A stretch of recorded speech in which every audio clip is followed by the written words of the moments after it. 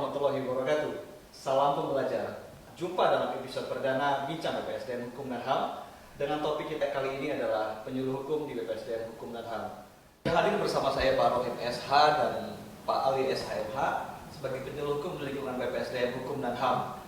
Langsung aja ini, penyuluh hukum itu mungkin banyak yang belum tahu, sahabat pembelajar semua, bahwa sebenarnya penyuluh hukum itu apa dan tugas mereka itu apa. Silakan. Jadi penyuluh hukum ini adalah seseorang atau seorang PNS yang diberi tugas kewenangan untuk melakukan kegiatan penyuluhan hukum. Nah, penyuluhan hukum itu sendiri adalah kegiatan penyebar luasan informasi hukum dan norma-norma hukum serta peraturan perundang-undangan baik yang berlaku di pusat maupun daerah. Jadi intinya tugas kita itu melakukan penyebar luasan informasi hukum kepada masyarakat, baik peraturan perundang-undangan pusat maupun daerah. Sedangkan untuk dasar hukum kita bekerja itu diatur dalam peraturan Menteri Pendayagunaan Aparatur Negara dan Reformasi Birokrasi itu nomor 3 tahun 2014 tentang jabatan fungsional penyuluh hukum dan angka kreditnya. Jadi media penyuluhannya apakah langsung face to face atau ada media digital juga, Mas Ali? Iya, saat ini memang untuk metode kegiatan penyuluhan hukum itu ada dua, penyuluhan hukum langsung dan tidak langsung. Penyuluhan hukum langsung ini contohnya seperti kita langsung hadir, langsung bertatap muka dengan masyarakat yang kita suluh.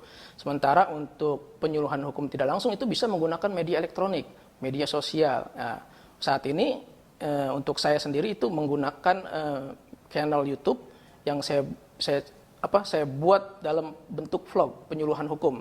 Nanti setelah itu kita unggah ke channel YouTube yang harapan kita juga bisa disaksikan oleh banyak orang. Jadi lebih luas. Lebih luas, ya.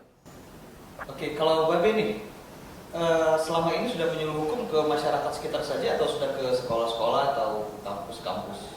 Kita sudah melakukan penyuluhan hukum ke masyarakat, ke sekolah-sekolah, baik sekolah SMP negeri maupun swasta, dan juga ke sekolah SMA negeri dan swasta. Banyak ya? Sudah berapa banyak kira-kira kurang lebih sekolah yang didatangi? Iya, untuk tahun 2019 kita sudah melaksanakan penyuluhan hukum di sekolah SMP dan SMA itu kurang lebih 30 tempat, 30 sekolah. Iya, dan untuk masyarakat itu memang kita waktu itu kita mengajukan ada 5 tempat, 5 daerah, tapi disetujui oleh ketua lingkungan hanya 4 yang kita mengadakan penyuluhan hukum. Kalau topik-topiknya Beb, itu sama nggak antara sekolah dan masyarakat yang dibicarakan atau berbeda dibuat topik-topik khusus? Kalau di sekolah kita memberi penyuluhan hukum mengenai bullying dan juga narkoba kalau di sekolah. Di masyarakat yang banyak timbul kasus di masyarakat adalah mengenai kekerasan dalam rumah tangga. Itu yang kita sosialisasikan, kita berikan penyuluhan kepada masyarakat maupun siswa didik yang ada di sekitaran Kecamatan Cinere maupun Kecamatan Limo. Jadi supaya lebih efektif, jadi topiknya memang dipilih yang memang dialami oleh mereka langsung. Iya. Selama melaksanakan penyuluhan hukum yang sekian banyak ini, suka dukanya apa nih? Sukanya dulu dah. Untuk sukanya adalah kita itu diterima oleh masyarakat dengan antusias, dengan penerimaan yang boleh dikatakan kita diterima dengan baik. Karena secara tidak langsung mereka itu dapat ilmu dari kita yang tadinya belum tahu akan yang namanya tindakan kekerasan dalam rumah tangga, mereka belum tahu jadi tahu.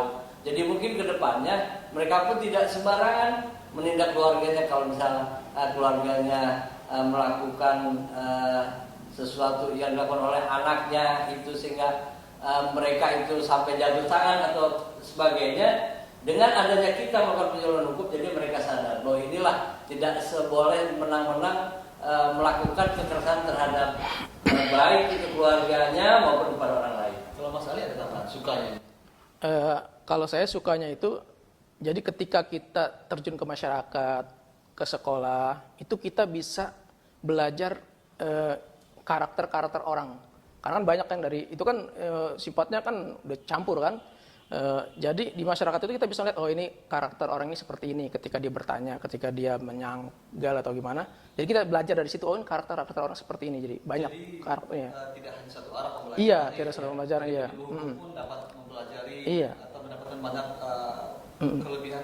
Gitu. Jadi penyuluh hukum pun dapat banyak pelajaran dari kegiatan Iya, tersebut. kayak seperti misalkan di sekolah juga kan, ada sekolah SMP contohnya, yang dia memang karakternya tenang, dia menyaksikan, mendengarkan. Ada yang karakternya berisik, ngobrol, kita ngobrol, dia ngobrol. Nah itu di saat itulah kita bagaimana kita mengkondisikan seperti itu. Nah itu belajar, gitu senangnya itu. Kita jadi belajar bagaimana bisa mengkondisikan yang suasana itu tidak enak menjadi enak, gitu kan.